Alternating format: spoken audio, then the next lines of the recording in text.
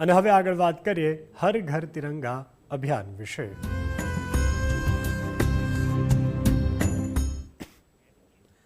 રાજકોટ જિલ્લાના જેતપુર શહેરમાં સ્વતંત્રતા પર્વની ઉજવણીના ભાગરૂપે ભવ્ય હર ઘર તિરંગા યાત્રાનું આયોજન કરવામાં આવ્યું હતું।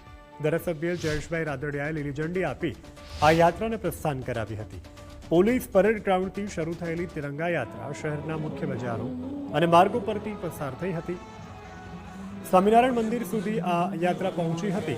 આ યાત્રામાં શહેરના આગેવાનો, વિવિધ સંસ્થાઓના પ્રતિનિધિઓ અને મોટી સંખ્યામાં નાગરિકો ઉત્સાહભેર જોડાયા હતા। યાત્રા દરમિયાન ઠેર ઠેર ધારાસભ્ય જયેશ રાદડિયાનું ફૂલથી સ્વાગત કરવામાં આવ્યું।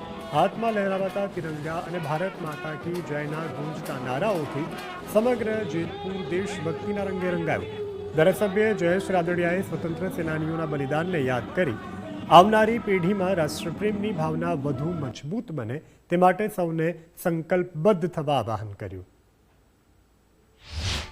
શ્રી નરેન્દ્રભાઈના નેતૃત્વમાં અત્યારે ઘર તિરંગા અને તિરંગા યાત્રાનું ભવ્ય આયોજન થઈ રહ્યું છે। દેશને આઝાદી ઉપર આપણને સૌને ગર્વ છે। દેશની આઝાદી માટે અનેક લોકોએ પોતાની જાન પણ આપી છે।